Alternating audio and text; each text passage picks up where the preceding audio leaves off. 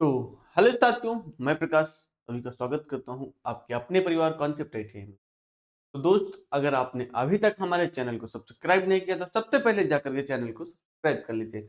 और हाँ, जैसा कि हमने आपसे बोला था फिटर की भाई साहब चैप्टर वाइज क्लासेस होंगी।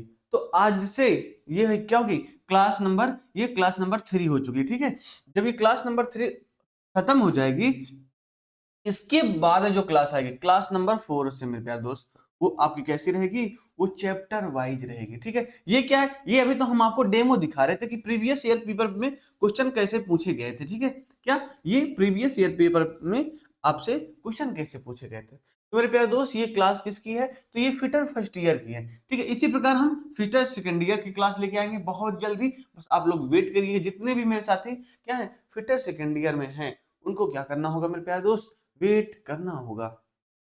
ठीक है, अगर आप इस बार आईटीआई की परीक्षा देंगे 2026 में, तो मेरे प्यारे दोस्त ये क्लास आप सबके लिए बहुत ही लाभदायक होने वाली है। तो अगर आपने अभी तक क्लास को नहीं देखा हो, तो सबसे पहले जाइए क्लास नंबर 1 क्लास नंबर 2 को जरूर देखिए, फिर आइए क्लास नंबर 3 में। ठीक है, और इसके साथ साथ आपको इसकी पीडीएफ कहाँ मिलेगी, तो मेरे प्यारे दोस्त इसका पीडीएफ हमारे व्हाट्सएप ग्रुप, व्हाट्सएप चैनल या टेलीग्राम ग्रुप पर मिल जाएगा। वहां से आप जाकर के देख सकते हैं। इन सभी का लिंक आपको डिस्क्रिप्शन बॉक्स में दिया गया है। आप वहां पर क्लिक करके हमसे क्या कर सकते हैं, जुड़ सकते हैं। और जो भी मेरे प्यारे भाई बार बार डिमांड डाल रहे हैं भैया आपके पास थ्योरी की क्लासेस हैं, थ्योरी की क्लासेस हैं, तो मेरे प्यारे दोस्त बस आप एक दो दिन वेट करिए, हमारा एप्लीकेशन आने वाला है। ठीक है, एप्लीकेशन पर आपको सभी कोर्स की थ्योरी की क्लास मिल जाएगी। कब लाइव मिलेगी, सब की सब लाइव, नया अपडेटेड वर्जन क्या। ठीक है, तो अपडेट जैसे कि नए कोर्स के आधार पर, नए एनसीईआरटी ने जो अपडेट किया है उसके आधार पर सारे कोर्स आपको उस एप्लीकेशन पर मिल जाएगा। तो ठीक है दोस्त, आइए सबसे पहले स्टार्ट करते हैं। आज का पहला क्वेश्चन क्या है कि क्षतिग्रस्त थ्रेड की, क्या कह रहा है कि क्षतिग्रस्त थ्रेड की मरम्मत के दौरान,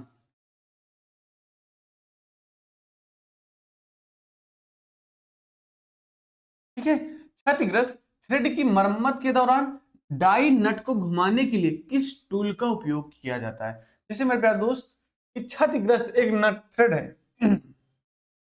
क्षतिग्रस्त एक थ्रेड की मरम्मत करना हो, तो जो डाई नट को घुमाने के लिए किस टूल का उपयोग किया जाता है। जो डाई नट होता है ना, डाई का मतलब जिसमें मेरे पास चूड़ियां बनती है, उसी से उसको घुमाने के लिए किसका उपयोग करते हैं। क्या आप स्पेनर करते हैं, डाई होल्डर करते हैं, एलन की करते हैं, या टैप इंच की। बताइए मेरे प्यारे दोस्त किसका करते हैं। तो देखिए, आप बोलेंगे भैया, कहेंगे कि क्षतिग्रस्त थ्रेड की मरम्मत के दौरान डाई नट को घुमाने के लिए किस टूल का उपयोग करेंगे, तो आप बताएंगे डाई होल्डर का प्रयोग करेंगे। ठीक है, किसका, डाई होल्डर। देखिए कहीं कहीं क्या हो रहा है कि आपका जो सही जवाब दे रहा है वो स्पेनर भी दे देता है। ठीक है, क्या स्पेनर, लेकिन स्पेनर का काम क्या होता है, स्पेनर का काम होता है नट या बोल्ट को खोलने या कसने में आता है। इसमें आता है ये स्पेनर जो होता है, ये नट या बोल्ट को खोलने या खोलने या कसने में काम आता, कसने में काम आता है। ठीक, बात समझ में आई। लेकिन जो डाई होल्डर होता है, ये क्या होता है कि जैसे क्षतिग्रस्त थ्रेड की मरम्मत करना हो, तो जो डाई नट होता है ना, उसे पकड़ने के लिए डाई होल्डर का उपयोग करते हैं। लेकिन आपका जो आंसर है वो स्पेनर भी कहीं कहीं दिया है, कहीं कहीं डाई होल्डर दिया गया है। अब आती है बात एलन की। बताइए एलन की क्या होता है। बताइए मेरे प्यारे दोस्त, एलन की का उपयोग कहाँ करते हैं। देखिए, जो हेक्सागोनल नट होते हैं ना, जो हेक्सागोनल हेड वाले स्क्रू होते हैं, वहां पर किसका उपयोग करते हैं, एलन की का प्रयोग करते हैं। ठीक है भाई साहब, जो हेक्सागोनल हेक्सागोनल हेड वाले स्क्रू पर, स्क्रू को खोलने या बंद करने के लिए किसका प्रयोग करते हैं, तो मेरे प्यारे दोस्त मेरे भाई किसका करते हैं, तो एलन की का प्रयोग करते हैं। अब जो टैप रेंच होता है, टैप रेंच का प्रयोग कहाँ करते हैं, बताइए टैप रेंच का प्रयोग क्या करते हैं। तो टैप से आंतरिक थ्रेड, किसके लिए, टैप से आंतरिक थ्रेड काटने या मरम्मत करने के लिए करते हैं। ठीक है, जो टैप होता है उससे क्या करते हैं, आंतरिक थ्रेड काटने या मरम्मत के लिए इसका उपयोग करते हैं। ठीक है, मरम्मत के लिए। बात समझ में आई? तो इसका जो सही जवाब होगा क्या होगा? ऑप्शन नंबर बी करेक्ट जवाब है। ठीक है मेरे प्यारे दोस्त, नेक्स्ट क्वेश्चन है कि चित्र में दर्शाई गई फाइल का नाम क्या है? Rotary file, crossing file, barrette file, tinker file. देखिए आपको ये चित्र दिख रहा होगा जिसमें 3 फाइलें हैं। ठीक है, 3 फाइल दिख रही है नहीं? तो यही फाइल के नाम पूछ रहा है। तो मेरे प्यारे दोस्त, जब फाइल के हिस्से पर ऐसे गोले आकार का है जैसे आइसक्रीम की आकार, कभी आपने आइसक्रीम देखा तो होगा भाई साहब जनरली सा। तो जब आइसक्रीम की आकार की होती है ना, तो वो फाइल कौन सी होती है? तो वो फाइल मेरे प्यारे दोस्त रोटरी फाइल होती है। कौन सी? रोटरी फाइल कहते हैं उसे हम। ठीक है, आप आंख बंद करके लगा दीजिएगा, अगर आप आइसक्रीम के आकार का देखेंगे तो भाई साहब आंख बंद करके कौन सी फाइल पर टिक लगाएंगे? तो रोटरी फाइल पर आप टिक लगा देंगे। नेक्स्ट क्वेश्चन मेरे प्यारे दोस्त, कि चित्र में दिखाए गए चेतावनी चिन्ह का नाम क्या है? बिजली के झटके का खतरा, आयनीकृत विकिरण का खतरा, आग लगने का खतरा या विस्फोट का खतरा। देखिए यहाँ चित्र है ना मेरे प्यारे दोस्त, ये क्या है? ये चित्र में आपको इस प्रकार का ऐसे ट्रेंगुलर है, ठीक है, जिसमें आग का चित्र बना है। तो वही आपसे पूछ रहा है कि चित्र में दिखाए गए चेतावनी चिन्ह का, ठीक है, what is the name of warning sign show in the picture? आग लगने का खतरा, विस्फोट का खतरा, आयनीकृत विकिरण का खतरा है, बिजली के झटके का खतरा। बताइए मेरे प्यारे दोस्त क्या है? क्या है ये? देखिए जो चेतावनी चिन्ह प्रतीक होता है ना, उसमें क्या होता है? ये कैसा होता है? जो आपका चेतावनी चिन्ह होता है ये त्रिकोणीय आधार होता है। कैसा? ये त्रिकोणीय होता है। क्या? ये त्रिकोणीय होता है।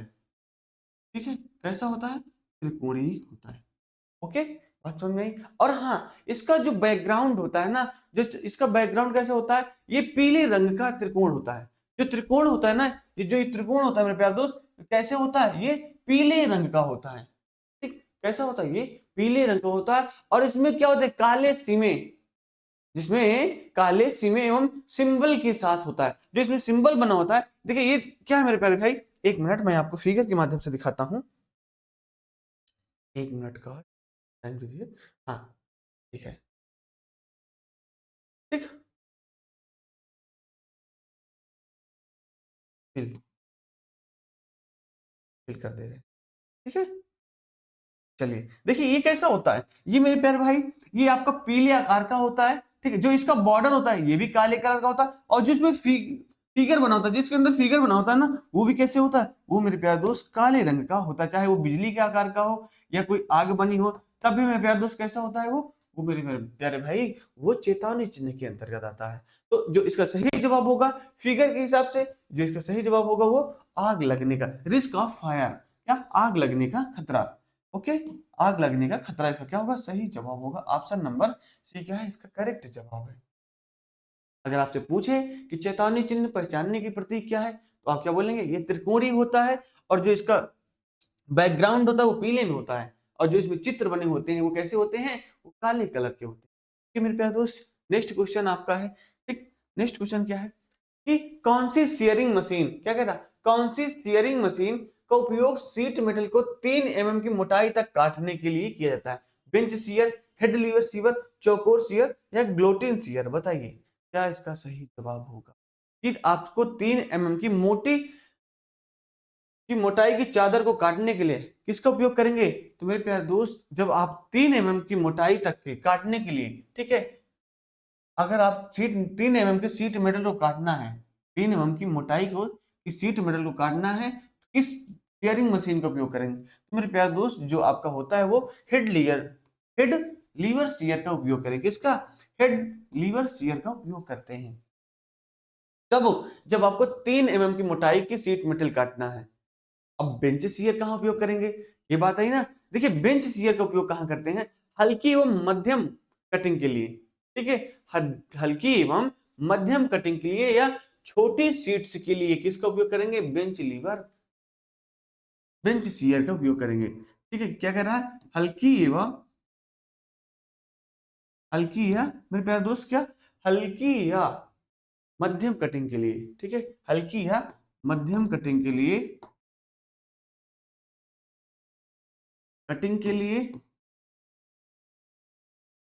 या मेरे प्यारे दोस्त हल्की या मध्यम कटिंग के लिए या छोटी सीट के लिए, ठीक है, छोटी सीट्स को काटने के लिए किसका उपयोग करेंगे?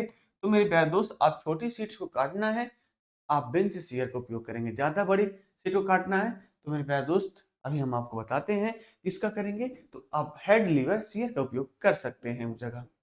ठीक है, अब आता है चौकोर शीयर क्या होता है? बताइए मेरे प्यारे दोस्त चौकोर शीयर क्या होता है? देखिए जब आपको स्क्वायर कटिंग करना हो ना, कैसा करना हो? स्क्वायर साइज का, आप किसका करेंगे? किसका उपयोग करेंगे? स्क्वायरिंग शीयर का उपयोग करेंगे। ठीक, जब आपको स्क्वायर शीट्स को काटना है, ठीक है, स्क्वायर शीट्स को काटना है, काटने के लिए इस स्क्वायर शीट्स को काटने के लिए आप किसका? चौकोर शीयर का उपयोग करें। अब ग्लोटिन शीयर का उपयोग कहां करते हैं? बताइए ग्लोटिन शीयर का, तो मोटी शीट्स व बड़े पैमाने के लिए। मैंने बताया ना कि भाई साहब देखिए हल्की व मध्यम शीट को काटने के लिए बेंच शीयर, और आप 3 mm या मैंने कह सकते हैं, हाँ, हल्की से थोड़ा मोटी को काटने के लिए आप किसका करेंगे? शीयरिंग मशीन का उपयोग करेंगे। और सबसे बड़ी या सबसे मोटी शीट्स काटने के लिए आप किसका करेंगे? तो ग्लोटिन शीयर का उपयोग करेंगे। ठीक है, ग्लोटिन शीयर का क्या कह रहा है? सबसे मोटी या बड़ी शीट्स को काटने के लिए इसका उपयोग करेंगे। तो मेरे प्यारे दोस्त आप किसका करेंगे? तो आप ग्लोटिन शीयर का उपयोग करते हैं। ठीक है, नेक्स्ट क्वेश्चन क्या है मेरे प्यारे दोस्त? अच्छा ये बताइए कॉन्सेप्ट आप सबका क्लियर होता है कि नहीं? सबसे पहले बताइए कॉन्सेप्ट क्लियर होता है कि नहीं आप लोग का? अगर आपको कोई भी डाउट होगा तो आप हमें कमेंट बॉक्स में उसका जवाब दे सकते हैं। ठीक है, आइए फिफ्थ नंबर क्वेश्चन क्या है कि वाइब्रेशन आइसोलेशन मटेरियल के रूप में किसका प्रयोग किया जाता है? क्या कह रहा? What is used as vibration isolation materials? Plastic, रबड़, पीतल, नायलॉन। इसमें क्या कह रहा है कि वाइब्रेशन को खत्म करने के लिए, ठीक है, वाइब्रेशन को खत्म करने के लिए आप किस मटेरियल का उपयोग करेंगे? क्या प्लास्टिक का करेंगे, क्या रबड़ का करेंगे, क्या पीतल का करेंगे, या नायलॉन का? बताइए मेरे प्यारे दोस्त किसका उपयोग करेंगे? तो आप क्या बोलेंगे कि भैया वाइब्रेशन तो एक ही चीज से खत्म होता है, वो क्या चीज है? वो आपका, देखिए इसमें क्या कह रहा है कि वाइब्रेशन, मशीन चलती है, क्या होती है? जब मशीन चलती है तो उसमें वाइब्रेट उत्पन्न होता है, तो उसी वाइब्रेट को रोकने के लिए किसका उपयोग करेंगे? तो मेरे प्यारे दोस्त हम प्लास्टिक से तो भाई साहब वाइब्रेशन को रोक नहीं सकते, पीतल से भी नहीं रोक सकते, नायलॉन से भी नहीं रोक सकते, तो आप किसका उपयोग करेंगे? तो रबड़ का। ठीक है, तो आप रबड़ का अगर आप उपयोग करते हैं तो उससे क्या होगा? वाइब्रेशन क्या हो जाएंगे? कम हो जाएंगे। कम वाइब्रेशन तो होगा लेकिन उस मात्रा में वाइब्रेशन नहीं होगा, क्योंकि आपकी मशीन में कोई टूट फूट ना हो जाए। अगर आप उसके बेस में रबड़ यूज करते हैं, मान लीजिए वह जहां से वाइब्रेट कर रहा है वहां रबड़ यूज करते हैं मेरे प्यारे दोस्त, आपका क्या हो जाएगा? मशीन कम वाइब्रेट करने लगेगी। और हाँ, क्या होता है वाइब्रेशन को रोकने और मशीनों को संरचनाओं या फैलने या बचाने के लिए लचीला और झटके अवशोषित करके करने वाला मटेरियल ये है रबड़। क्या है ये? क्या करता है? रबड़ का काम क्या होता है कि ये वाइब्रेशन को तो रोकता है ही, इसके साथ साथ मशीन में जो मशीन की संरचना होती है उससे फैलने और उसे कैसे करने के लिए, उसे टूट फूट और झटके से बचाने के लिए आप किसका प्रयोग करेंगे? तो रबड़ का प्रयोग करते हैं।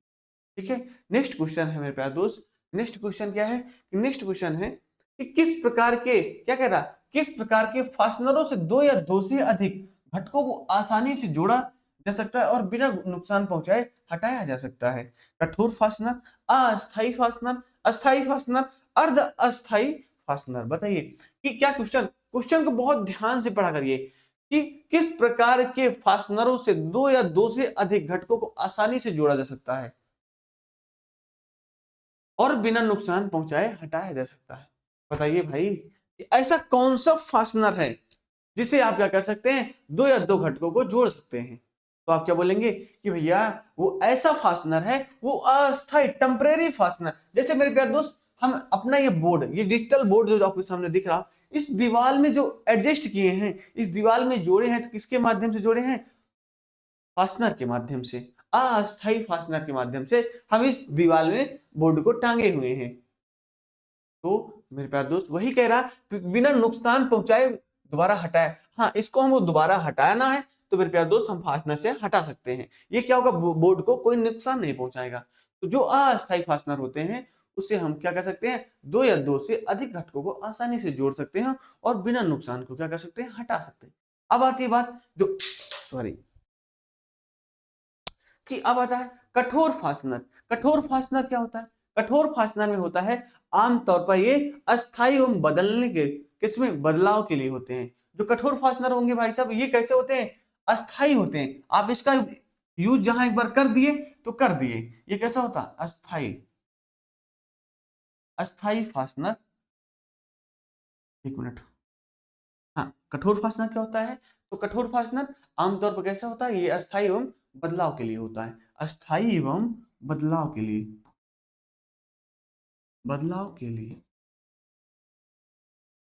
ठीक, अब आता है नेक्स्ट भाई साहब कि हाँ अस्थाई फास्टनर क्या होता है। ठीक है, अस्थाई फास्टनर क्या होता है, अस्थाई फास्टनर क्या है मेरे प्यारे दोस्त, जब इसमें आप क्या करेंगे, कहीं आपको ज्वाइंट अस्थाई करना हो, ठीक है कोई ज्वाइंट है जैसे, इसे अस्थाई करना है, मानिए ये क्या है, ये मेरे प्यारे दोस्त वो टूल है, ठीक है इसे आपको ज्वाइंट करना है, तो वहां आप क्या किसका उपयोग करेंगे, तो वहां पर मेरे प्यारे दोस्त क्या कर सकते हैं, अस्थाई फास्टनर का उपयोग करेंगे। अस्थाई फास्टनर का उपयोग करने से क्या नुकसान होता है कि जब आप उसे हटाएंगे ना तो दोबारा वो टूट सकता है। ये क्या हो सकता है, ये टूट सकता है आसानी से नहीं, लेकिन जो अस्थाई फास्टनर होता है उसे आप उससे आप दोबारा हटाएंगे तो मेरे प्यारे दोस्त वो उसमें कोई भी नुकसान नहीं होगा। उसमें क्या होगा, कोई भी नुकसान नहीं होगा। देखिए अर्ध अस्थाई क्या होता है, अर्ध अस्थाई कभी आपने देखा होगा कि जो कपड़े टांगने वाले एंगर होते हैं ना उसमें जो गुल्ली लगी होती है, तो गुल्ली क्या है, अस्थाई। वो क्या होते हैं, आसानी से, थोड़ी मेहनत तो लगती है लेकिन वो आसानी से हट जाता है। वो आसानी से क्या हो सकता है, वो देखिए उसको हम अस्थाई में भी काउंट कर सकते हैं और अर्ध अस्थाई में भी। कहीं कहीं देखिए वो हटता नहीं है, कहीं कहीं आसानी से हट सकता है। तो आपका जो अर्ध अस्थाई फास्टनर होता है वो क्या है, वो थोड़ी मेहनत तो उसमें लगती है लेकिन हटाया भी जा सकता है। ठीक है, अब आता है आपका भाई, जो इसका करेक्ट जवाब होगा वो ऑप्शन नंबर बी है। क्या है, ऑप्शन नंबर बी इसका सही जवाब है।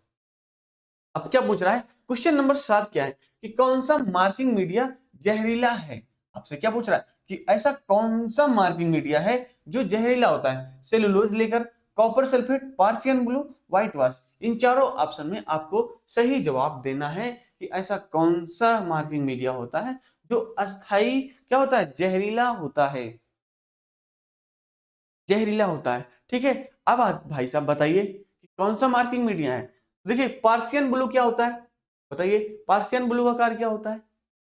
पार्सियन ब्लू क्या होते हैं, ये आमतौर पर सुरक्षित एवं रंग लगाने की काम आते हैं। आपने जो आईटीआई में जॉब किया होगा, जॉब बनाया होगा, उसमें जो आप कलर करते हैं पंचिंग के लिए ना, तो वही क्या है, आपकी पार्सियन ब्लू है। ये कैसा होता है, ये भाई साहब ये सुरक्षित होता है। ठीक है, कैसा होता है ये, सुरक्षित, ये सुरक्षित होता है, सुरक्षित और रंग लगाने के काम आता है, रंग लगाने के काम आता है। ठीक है, अब आता है भाई साहब व्हाइट वाश क्या होता है। व्हाइट वाश का मतलब वही आपने कॉलेज में देखा होगा, चूना। ये कैसा होता है, चूना आधारित। ये चौक देखा खड़िया, तो वो क्या, वो किसके अंतर्गत आते हैं, व्हाइट वाश के अंतर्गत आते हैं। किसके अंतर्गत, ये जो चूना होता है ये व्हाइट वाश के अंतर्गत आता है। ठीक है, जिसे आप चौक भी, ये चौक भी किसके अंदर आता है, ये आपके व्हाइट वाश के अंतर्गत आता है। अब मेरे प्यारे दोस्त सेलुलोज लेकर क्या होता है, सेलुलोज लेकर का काम क्या होता है कि ये क्या होते हैं, जो सेलुलोज लेकर होते हैं ये जल्दी सूखने वाला मटेरियल है। कैसा, ये जल्दी सूखने वाला मटेरियल होता है। अगर आपसे एग्जाम में पूछे कि ऐसी कौन सी मार्किंग मीडिया है, क्या पूछे कि ऐसी कौन सी मार्किंग मीडिया है जो जल्दी सूख जाती है, तो आप क्या बताएंगे, सेलुलोज लेकर। क्या,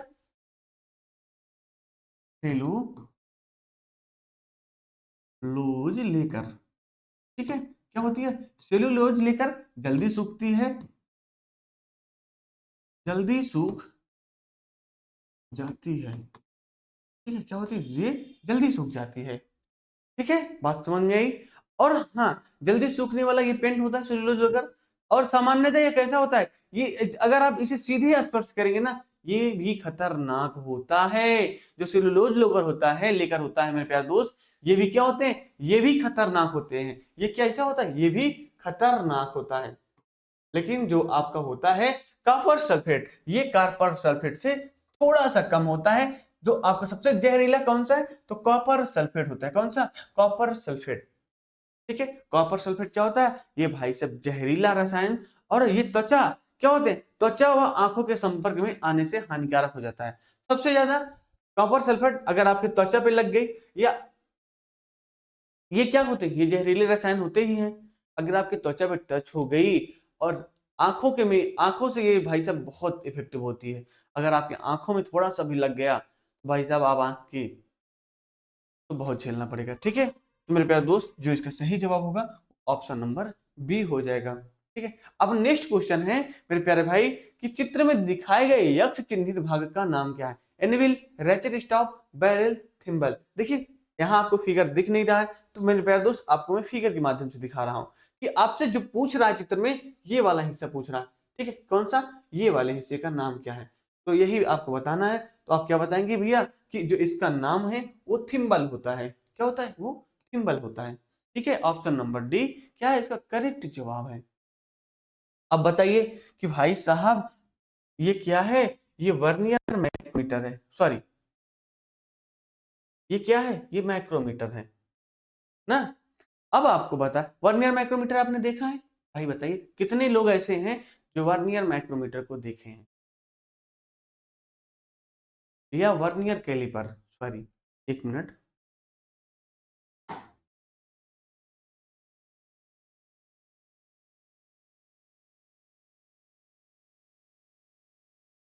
बताइए दोस्त, सब लोग जल्दी जल्दी। तो देखिए, जो इसके पार्ट के बारे में हम डिस्कशन करते हैं, ये कैसा होता है, ये कास्ट आयरन का होता है। ठीक है, ये कैसे ये किस मटेरियल का बना होता है, ये कास्ट आयरन का बना होता है। ठीक है, ये हाई कास्ट आयरन का बना होता है। ये इसका कौन सा भाग होता है, ये इसका मेरे प्यारे दोस्त जो होता है, ये फ्रेम कहलाता है। इसमें एक स्पिंडल लॉक लगा होता है। क्या लगा होता है, स्पिंडल लॉक लगा होता है। ठीक है, ये मेरे प्यारे दोस्त जो आपसे क्वेश्चन पूछ रहा है, ये क्या है, ये इसका थिम्बल कहलाता है। हाँ, पीछे इसमें एक रैचेट स्टॉप लगा होता है। ठीक है, क्या होता है यहाँ पर मेरे प्यारे दोस्त, एक रैचेट स्टॉप लगा, यहाँ इसको ये डिनोट कर दिया कि ये रैचेट स्टॉप। लेकिन आपका जो रैचेट स्टॉप होता है यहाँ पर होता है, जिसे जिस से आप पकड़ के घुमाएंगे ना, ये क्या होगा, जब किर किर की आवाज आने लगेगी। ठीक है, क्या होगी, जब मेरे प्यारे दोस्त इसमें किर किर की आवाज आने लगेगी, क्या हो जाएगा, ये समझ लीजिए लॉक हो गया। ठीक, ये इसका लॉक पिन है, स्पिंडल लॉक है। और हाँ, ये स्लीप विथ वर्नियर ग्रेजुएशन होता है। ये कहने मतलब स्केल होते हैं, इसमें क्या होते हैं भाई साहब, स्केल बने होते हैं। ये 0 1 2 3 4 इस प्रकार के बने होते हैं। फिर इस प्रकार के 1 1 2 3 4। हाँ चलिए बताइए कि जो माइक्रोमीटर होता है ना, उसका जो क्या बोलते हैं, एक मिनट सॉरी, हाँ, वर्नियर माइक्रोमीटर जो होता है उसका लीस्ट काउंट क्या होता है। आप लोग के कमेंट बॉक्स में ये बताना है कि जो आपका वर्नियर माइक्रोमीटर होता है उसका लीस्ट काउंट क्या होता है। ठीक है, तो बताइए ये क्या है, ये माइक्रोमीटर है। माइक्रोमीटर का हम आपसे क्या पूछ रहे हैं, लीस्ट काउंट कितना होता है। ठीक है, इसका देखते हैं। अगर जितने लोग हमारे वीडियो को भाई साहब कंप्लीट देखेंगे तो आप इसका जवाब जरूर देंगे कि लीस्ट काउंट क्या होता है, माइक्रोमीटर का लीस्ट काउंट क्या होता है। देखते हैं कितने लोग की तैयारी बेहतरीन है। ठीक है भाई, लास्ट तक अगर आप इस वीडियो को देखेंगे तो पक्का इसका जवाब देंगे। ठीक है, अब ये क्या होते हैं, देखिए इसमें क्या होता है, दोनों आप जैसे हमें ये पेन की मोटाई नापना है, तो हम इस पेन को यहाँ फंसा देंगे। ठीक है, जब इस पेन को हम यहाँ फंसा देंगे तो वहां से हम टाइट करते जाएंगे, तो ये क्या होगा, ये फिक्स होता है। ये क्या होता है, ये मेरे प्यारे दोस्त आपका फिक्स भाग है। ये क्या है, ये फिक्स भाग होता है। जो आपका मूवेबल होता है, ये वाला होता है स्पिंडल। स्पिंडल जो होता है वो मूवेबल होता है, ये आगे से आगे आगे आते आते आते ये क्या करेगा, इसमें एडजस्ट करके आपको टाइट कर देगा। जब यहाँ टाइट हो जाएगा प्रॉपर वे में, तो आपका जो होगा वहां आवाज आने लगेगी।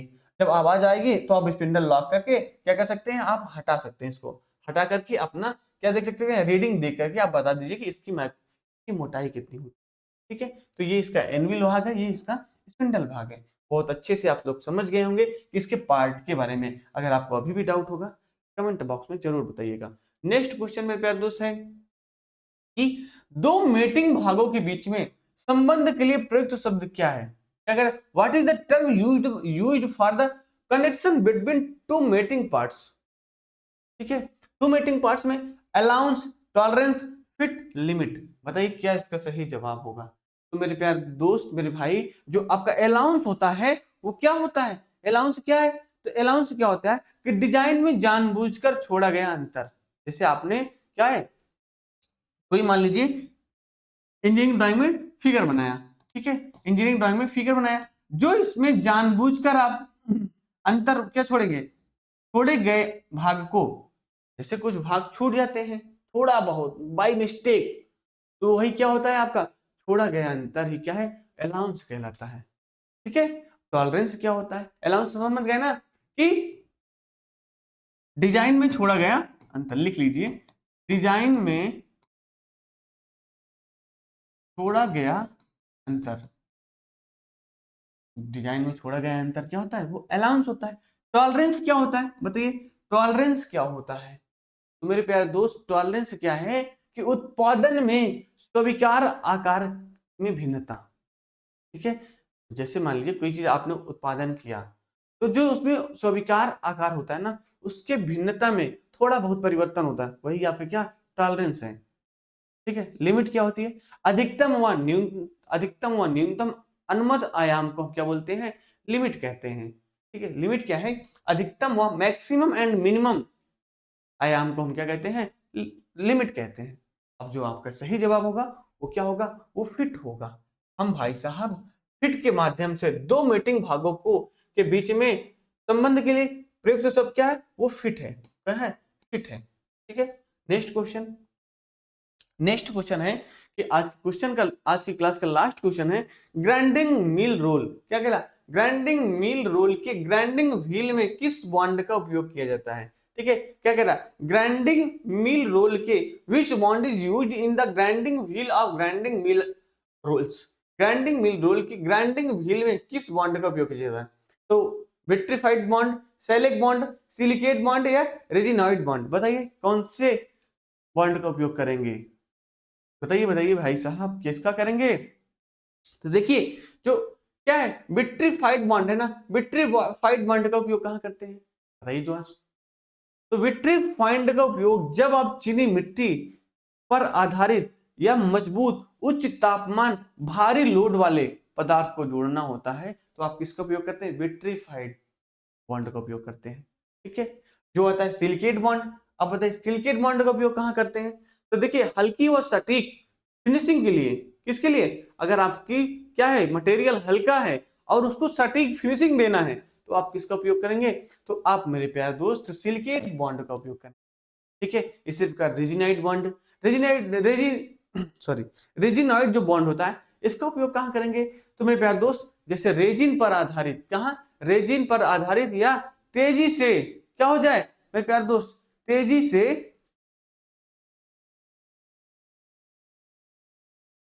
से मेरे प्यारे दोस्त क्या होता है? तेजी से कटिंग के लिए, जैसे आपकी भाई साहब कटिंग हो गई तेजी से, तो वहां पर हम किसका प्रयोग करेंगे? वहां पर रेजिनाइड बॉन्ड का उपयोग करते हैं। तो भाई साहब जो इसका सही जवाब होगा, ग्राइंडिंग मोल मिल रोल के ग्राइंडिंग व्हील में किस बॉन्ड का उपयोग करते हैं? तो सैलिक बॉन्ड का उपयोग करते हैं। किसका? आपसे बस आपका जो सही जवाब होगा सैलिक बॉन्ड का उपयोग करेंगे। ठीक है, तो अगर आपसे पूछे कि सैलिक बॉन्ड का उपयोग कहाँ करेंगे, तो आप क्या बोलेंगे कि ग्राइंडिंग मिल रोल के ग्राइंडिंग व्हील में किसका उपयोग करेंगे? सैलिक बॉन्ड का। अब देखिए सैलिक बॉन्ड क्या होता है, जो आपका सैलिक बॉन्ड होता है ना, ये कम तापमान के लिए होता है। कैसा होता है ये? जहां पर तापमान कम होता है वहां पर हम सैलिक बॉन्ड का उपयोग करते हैं। ठीक है, हल्की मशीनिंग में किसका उपयोग करेंगे? सैलिक बॉन्ड का उपयोग करेंगे। ठीक है दोस्त, आज की जो क्लास है यहीं तक है। हाँ, कितने लोग हैं जो आईटीआई सेकेंड ईयर में है? ठीक है, कमेंट बॉक्स में दिए कितने लोग सपोर्ट कर रहे हैं भैया आईटीआई सेकेंड ईयर की भी क्या हो जाए, क्लासेस स्टार्ट हो जाए। अगर आप चाहते हैं कि आईटीआई की सेकेंड ईयर की क्लास स्टार्ट हो, तो भाई साहब चैनल को ज्यादा से ज्यादा शेयर कर दीजिए और चैनल को लाइक सब्सक्राइब दोनों कर लीजिएगा। तो मिलते हैं मेरे प्यारे दोस्त हम आपसे अगली क्लास में, तब तक के लिए आपसे बहुत बहुत धन्यवाद।